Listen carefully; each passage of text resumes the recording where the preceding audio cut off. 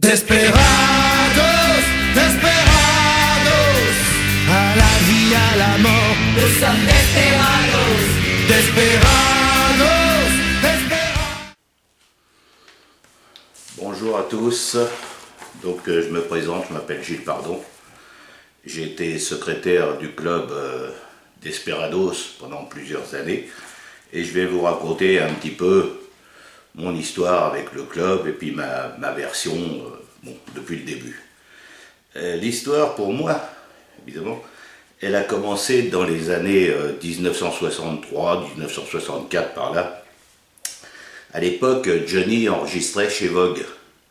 Et moi, j'habitais à 2 km de chez Vogue.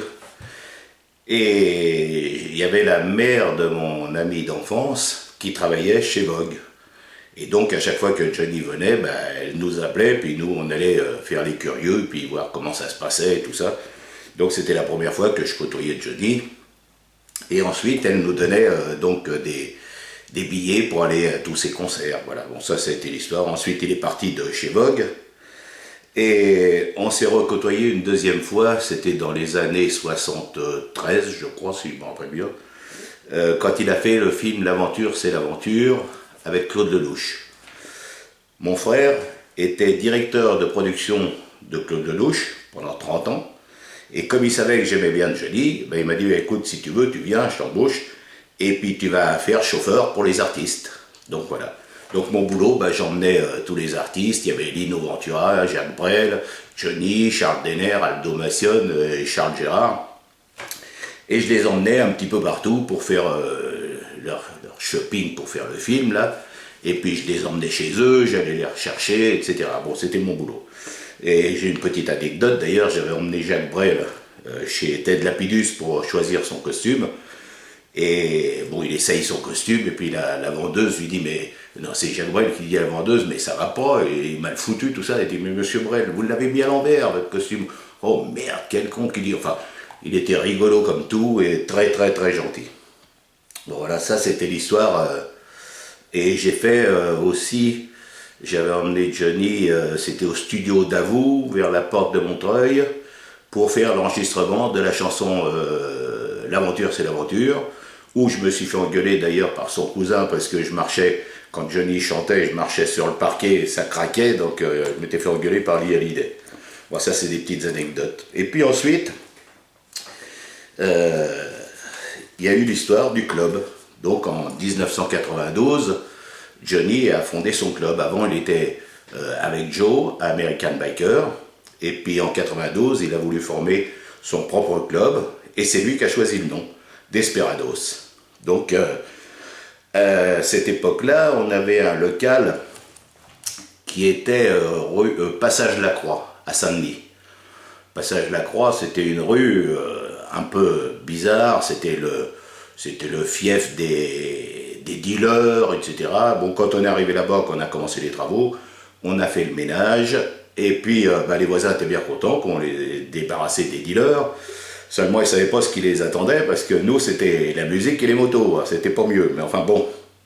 Et donc, on a fait ce local, c'était vraiment super, une belle déco, tout était parfait, quoi. C'était vraiment un beau truc, et d'ailleurs, Johnny est venu dans ce local, et sa moto, la Flamme, est restée très longtemps dans le local, d'ailleurs, et Johnny est venu un jour avec l'oncle Chris, il avait une autre moto qui était dans le local aussi, une noire, qu'il avait fait repeindre, donc il est venu voir sa moto, tout ça. Il est venu au local avec l'oncle Chris un jour, boire un coup, quoi. Et bon, alors après, ensuite, l'histoire, c'était Carpentras. Alors en 94, on a organisé Carpentras. C'était le premier rassemblement Desperados. J'ai emmené les motos de Johnny et Adeline à Ramatuelle. Et ensuite, donc, on a commencé à aménager tout le terrain là-bas, c'était l'hippodrome de Carpentras. Et l'anecdote, c'est quand on a été chercher Johnny pour la manifestation. On est parti, on était, je sais pas, une petite bande de Desperados, Pour aller de Carpentras jusqu'à la Lorada, on a dû mettre à peine 2 heures. Et pour revenir, avec Johnny et Adeline, on a mis plus de 6 heures. Parce qu'il fallait s'arrêter dans toutes les stations. Il s'arrêtait pour fumer sa cigarette, pour boire un coup. Et puis sur l'autoroute, les gens qui le reconnaissaient, ils ralentissaient pour faire des photos, etc. Enfin, c'était limite dangereux. Il fallait qu'on fasse la circulation pour faire circuler les voitures qui s'en aillent. Et il fallait protéger Johnny. Enfin, c'était un voyage. Bon. Et arrivé à Carpentras, donc, on a fait, le dimanche, on a fait le run. On a fait le run avec les Desperados et puis d'autres motos qui étaient là, parce qu'on a quand même reçu environ 30 000 personnes sur les 3 jours, donc presque 3 000 motos. Et quand on a fait le run, le dimanche, on avait jusqu'à pratiquement 10 km de moto, ce qui est énorme, énorme, énorme. Et je crois que c'est le samedi soir, Johnny a fait un mini-concert, donc on avait monté une grande scène et tout ça, vraiment un truc professionnel. Et il fait son mini-concert qui s'est terminé vers 1h du matin à peu près, je sais plus, 1h, 1h30, je sais plus. Et il s'en va au quartier VIP, et puis après son hôtel et machin, tout ça. Et à peu près 1 heure après qu'il ait quitté la scène, le vent s'est levé, et tous les ponts de lumière se sont écroulés sur la scène. Mais un dégât pas possible. On avait oublié de baisser les ponts. Donc, une catastrophe. Heureusement, Johnny n'était plus là. Parce que sinon, alors là, ça aurait été la fin des haricots. Là. Bon, ça c'était donc en 94. Alors après, on est rentré au local, à Saint-Denis. Et puis Joe, il dit, bah écoute, ça s'est bien passé. Ça serait bien qu'on refasse Carpentras 95. Bah écoute... pourquoi pas, si tu veux, allez, on va se remettre au boulot, puis on va organiser Carpentras 95. Entre-temps, il y a la société, ouais, ça devait être fin 94, quelque chose comme ça. La société Fischer décide de sortir la bière Desperados. Seulement, ils avaient oublié une chose, c'est que Johnny avait choisi le nom Desperados, mais qu'on l'avait déposé. On l'avait déposé pour les vêtements, pour les bijoux, pour les boissons, pour tout. Donc, on a interdit à Fischer de sortir la bière avec le nom Desperados. Et on a négocié pendant plusieurs mois. Évidemment, on a eu gain de cause. Donc, on s'est mis d'accord. Et on leur a cédé le nom Desperados. On les a autorisés à l'utiliser pour la bière uniquement. En contrepartie, ils nous ont aidés financièrement pour organiser Carpentras 95. Voilà. Donc ils nous ont fourni la bière et ils nous ont fourni une somme d'argent qui nous a servi à préparer l'arrivée de Johnny. Autrement dit, on avait pris une suite aux 3 Colombes, il y avait l'hélico, il y avait la sécu, toute la sécurité pour Johnny, il y avait... on a monté une scène professionnelle suivant le cahier des charges de Johnny, etc. Bon, ça nous a coûté pas mal d'argent. Et à l'époque, avec Joe, on était quand même gonflés parce qu'on a investi 1 650 000 francs et on n'avait pas d'argent. Donc, nous, on était gonflés, mais le banquier, il avait des gouttes de sueur parce qu'il nous a suivis, mais il avait très très peur. Plus que peur, d'ailleurs. Et donc, quand on a fait Carpentras 95, d'où la photo, il y a une photo là-haut, mais ça, je vous la ferai voir plus tard. Il y a une photo où on voit Joe et moi derrière les barreaux, c'était les barreaux de l'Algeco, parce qu'on avait une vingtaine de comptables. Et les comptables, on leur avait dit, bon ben, quand on arrive à 1 650 000, vous nous prévenez et on vous paye le champagne. Et c'est seulement le dimanche, la manifestation a commencé le vendredi, c'est seulement le dimanche midi qu'ils sont sortis avec les billets à la main, et nous on était soulagés, mais le banquier aussi. Alors, pour Carpentras 95, donc nous on met tout en place, tout ça, et juste avant l'ouverture, Joe me dit, mais c'est bizarre quand même, on n'a pas de nouvelles de Johnny, bon, il faudrait quand même savoir s'il vient ou s'il vient pas. Bon bah écoute, on va l'appeler, on l'a appelé à Miami, Et puis il nous dit, oui, oui les gars, pas de problème, je vais venir, je serai avec vous et tout ça, je viens. Mais c'était l'époque où il a rencontré Laetitia, et puis résultat, il est resté à Miami. Enfin, ceci dit, on s'en est sorti quand même. On avait Calvin Russell, tout ça, mais enfin, on s'en est sorti quand même, mais de justesse. Hein, on n'a pas eu pas de dette, pas de bénéfice. Hein. Ouais, voilà. Bon, ça, c'était pour Carpentras 95. Après, comme j'étais secrétaire du club, j'ai organisé plusieurs sorties pour les Desperados. Donc, on a fait des voyages à Daytona pour la Big Week. On a fait des prestations pour la police, l'orphelinat de la police. On a fait des télétons. On a participé à un film, Les Sœurs Soleil, avec Marianne Chazelle et Clémentine Célarier. Enfin, on avait pas mal d'activités. Donc ça, c'était... Alors après, donc, on rentre de la manifestation de Carpentras, là. Et puis, Jo me dit, écoute...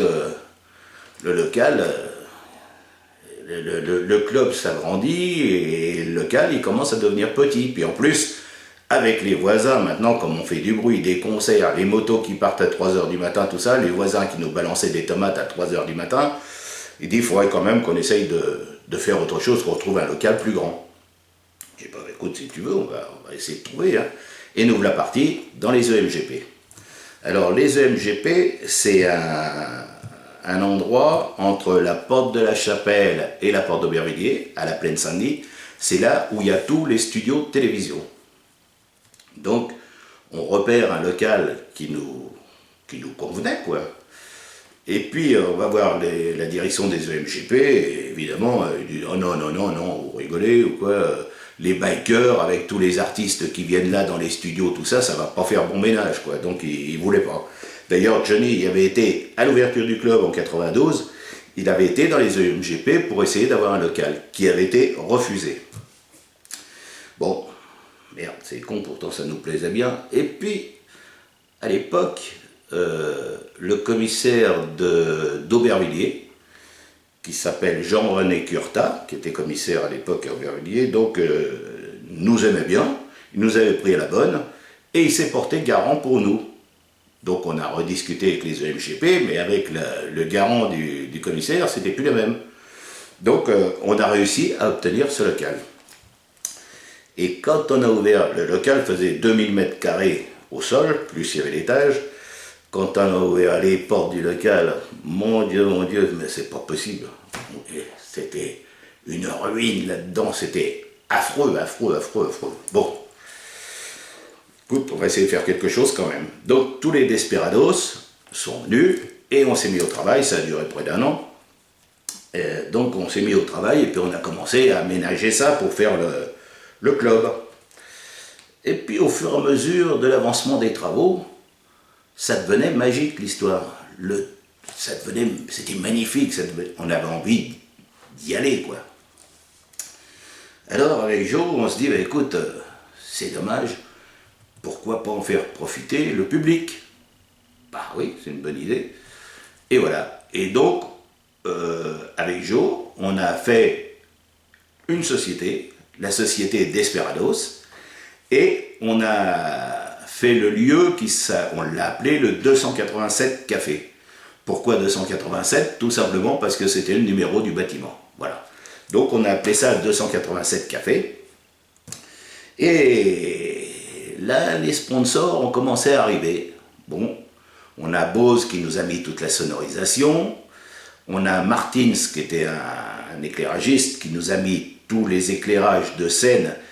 Et les derniers robots, même les studios de télévision ne les avaient pas. On avait 40 000 watts de son, 80 000 watts d'éclairage. Et ils nous ont mis ça gratuitement parce que eux, ça leur servait de showroom. Ils pouvaient faire voir à leurs clients leur matériel en live. Pour nous, la bonne affaire. On a fait tous les travaux uniquement avec du matériel de récupération et des dons de gens qui nous aimaient bien et qui nous filaient des trucs. On a récupéré 6 tonnes de peinture, enfin d'un tas de trucs, toute une cafétéria. Bon. Et au 287 Café, c'était un bar, restaurant, salle de concert.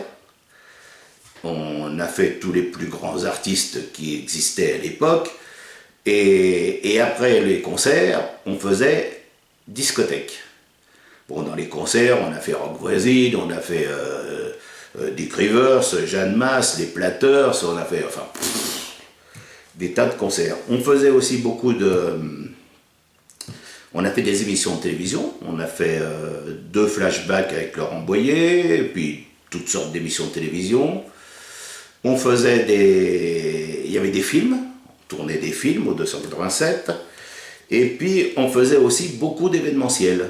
Donc on a fait toutes les plus grosses boîtes de la région parisienne, Air France, Suissair, Alcatel, on en a fait énormément. TF1, on a fait, enfin je sais plus. On faisait des événementiels pratiquement toutes les semaines. Et donc, quand on faisait un événementiel, j'en profitais pour proposer des prestations Harley-Davidson pour les Desperados, parce que les Desperados, le 287, ils étaient chez eux. On avait même fait une salle en haut pour faire les réunions, puis manger ensemble quand on voulait être tranquille pendant la musique et tout ça. Et donc je vendais aux clients des prestations Harley-Davidson.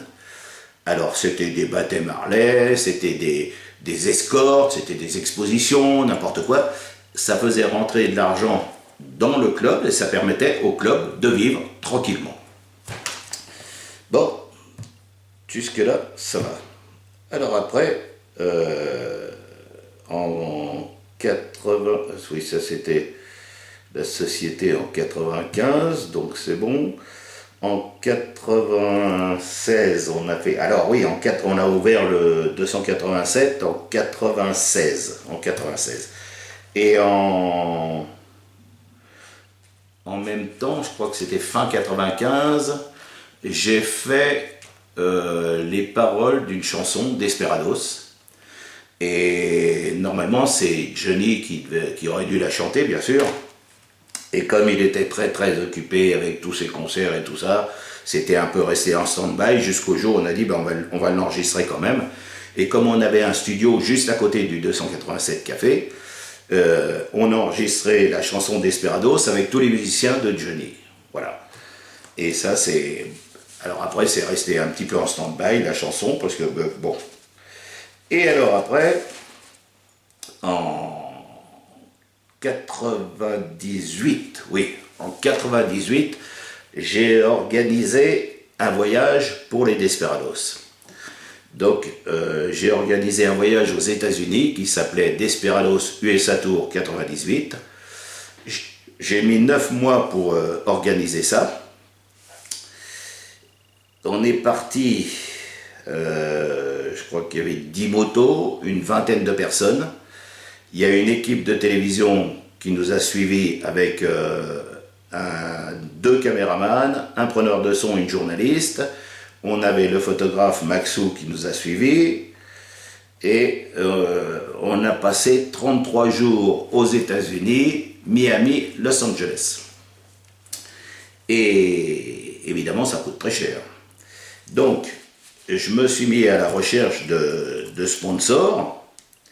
Alors, ce qui est l'anecdote, c'est quand on est parti aux États-Unis, bon, dans les Desperados, il y en a qui n'avaient jamais été aux États-Unis, bien sûr. Il y en a qui n'avaient jamais pris l'avion. Et je leur avais dit, ce voyage restera pour toujours gravé dans nos mémoires. Et le fait est qu'on en parle encore. Bon. Et donc, comme je vous disais, ça coûte cher. Alors, je me suis mis en quête de trouver des sponsors. Alors, comme on avait fait un événementiel avec Air France, à l'époque, le PDG d'Air France, c'était Jean-Cyril Spinetta. Je suis allé le voir et puis j'ai dit, écoute, voilà, ça serait bien que tu nous payes les billets d'avion.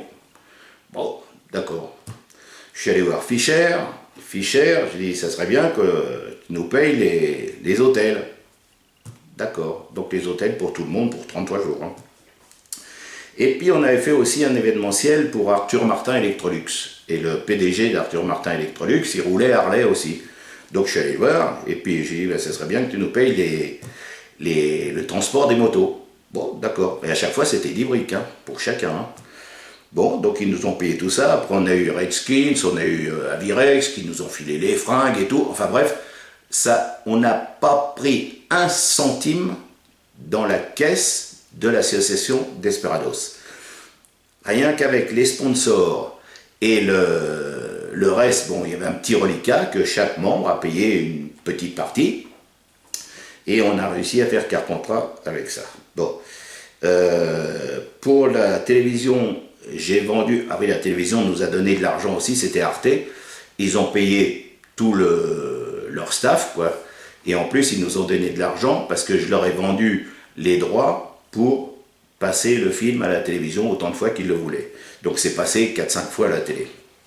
Et moi, j'avais gardé les droits pour sortir un DVD qu'on aurait vendu dans le commerce, dont une partie des bénéfices serait repartie aux bikers accidentés de la route, et puis on n'a jamais eu le temps, le DVD a été fait, mais on n'a jamais eu le temps de le commercialiser, ni rien du tout, donc c'est un petit peu tombé à l'eau.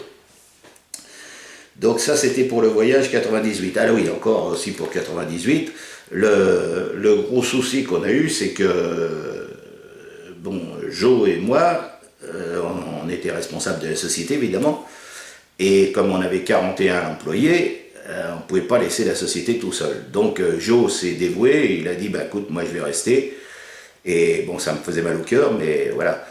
Et donc, quand on a fait le voyage en 98, je me suis marié avec Claudie à Las Vegas, et Joe est venu avec Mimi et Anthony nous rejoindre pour le mariage, et on a fait les 2 dernières étapes ensemble.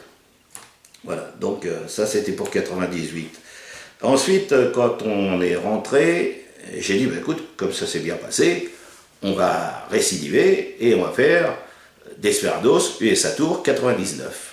Donc j'ai réorganisé, etc. Et cette fois-ci, on a fait toute la côte ouest des États-Unis et le Mexique. Et cette fois-ci, Joe était parmi nous.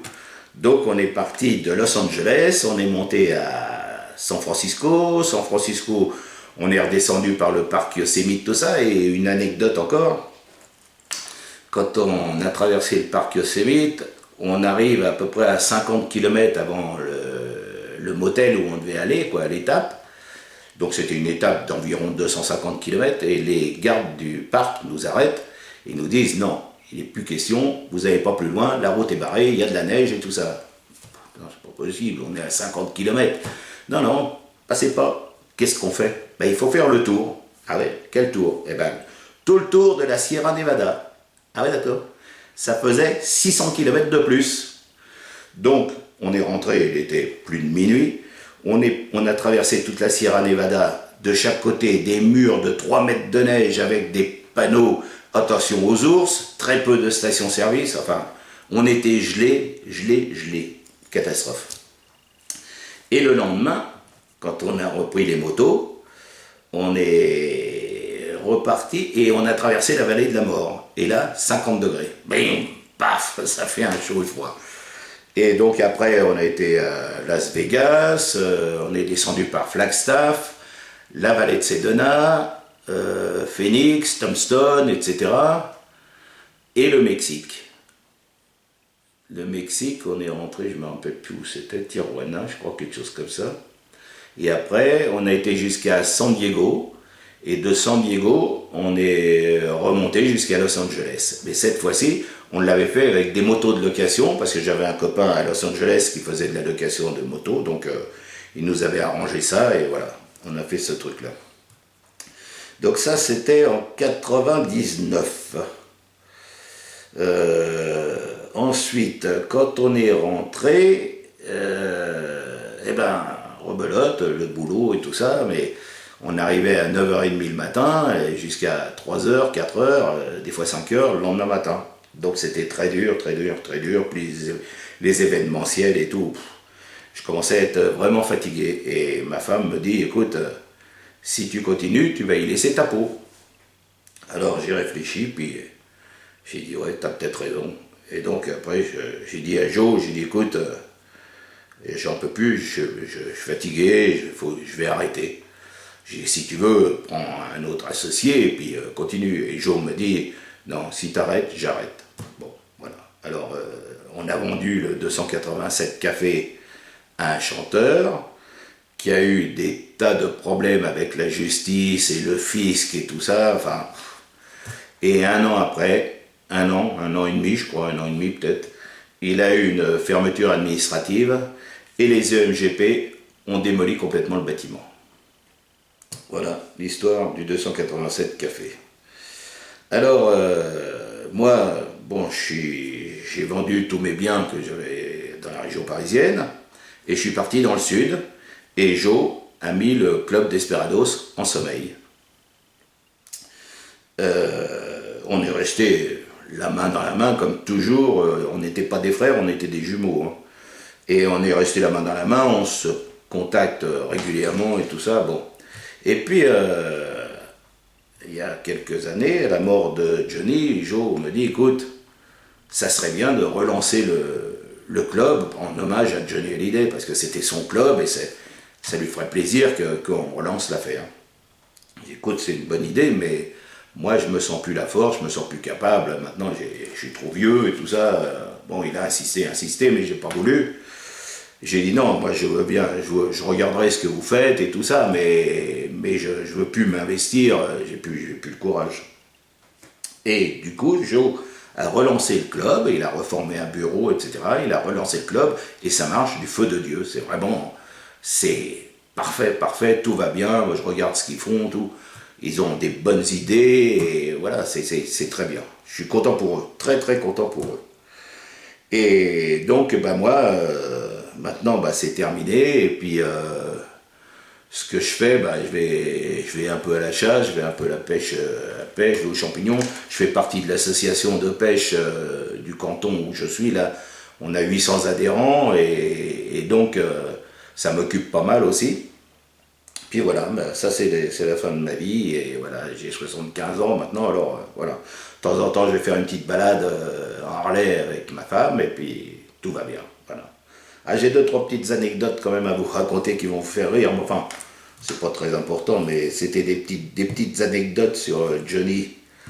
Un jour, il appelle, c'était 3h du matin, et il dit, bon, je suis avec des copains à Ramatuelle, à la Lorada, là, et puis j'ai plus de moutarde japonaise. Donc Joe, il faudrait que tu ailles sur les Champs-Élysées, c'est ouvert toute la nuit, tu vas chercher de la moutarde japonaise et puis tu me la ramènes.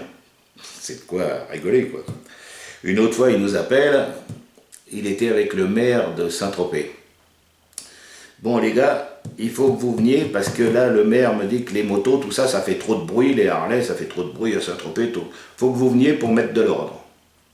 Nous, au Harley, on était mal partis pour aller mettre de l'ordre d'abord. Hein. Bon. Un jour, on fait son anniversaire. C'était au Hard Rock Café. Ah, c'était pas mal non plus, ça. On fait son anniversaire, on avait bien bu, bien mangé. Et le lendemain, il avait un concert en Belgique. Donc, Joe le raccompagne chez lui. Il habitait, à l'époque, il était Villa Molitor.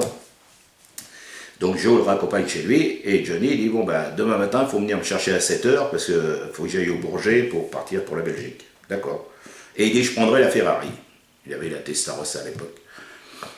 Bon. Le lendemain matin, à 7h, nous voilà sur place. Alors, moi, j'étais resté au Hard Rock, et c'est là que Thibaut Abrienne était monté sur la table, c'est le guitariste de Johnny, était monté sur la table, il a glissé, il s'est ouvert la main pour un guitariste, c'était foutu après pour lui, quoi. Il y avait Florent Pagny, il y avait Yannick Noah, tout ça. Et donc le lendemain matin à 7h, nous voilà devant chez Johnny. Et Joe, il dit, bon, pour pas perdre de temps, je vais lui préparer la Ferrari. Donc il va chercher la voiture, il la met devant sa porte, et le moteur qui tourne et tout ça. Et Johnny se lève, salut, ouais, salut. Quel est le con qui m'a garé la Ferrari comme ça? Alors Joe dit, bah, attends, j'ai préparé, tu m'as dit que tu voulais partir en Ferrari, je l'ai préparé pour que tu puisses partir. Vous me faites chier, appelez-moi un taxi. Bon. Alors, on appelle un taxi, et puis il dit, bon, faut me suivre quand même. Hein. Bah, évidemment, Joe, c'était le garde du corps de Johnny, il était obligé de le suivre. Hein.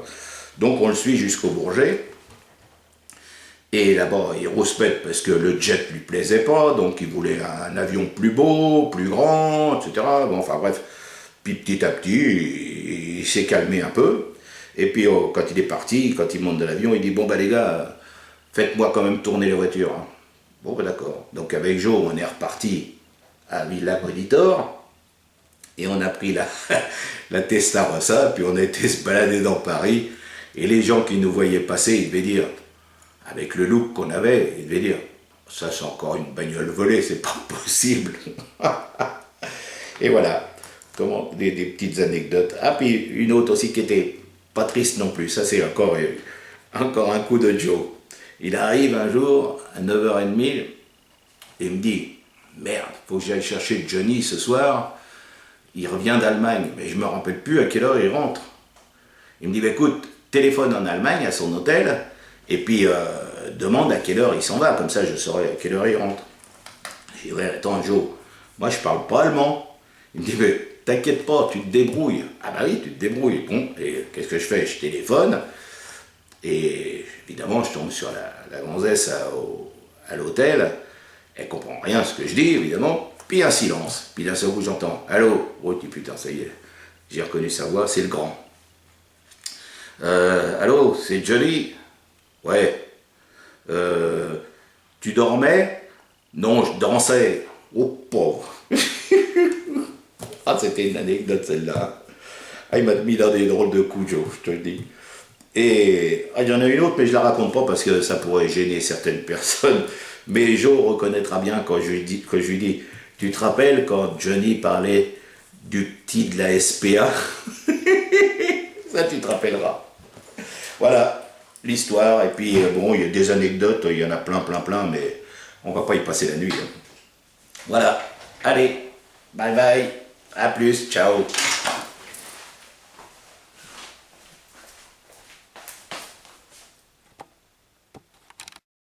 Desperados, desperados, à la vie, à la mort. Nous sommes desperados. Desperados.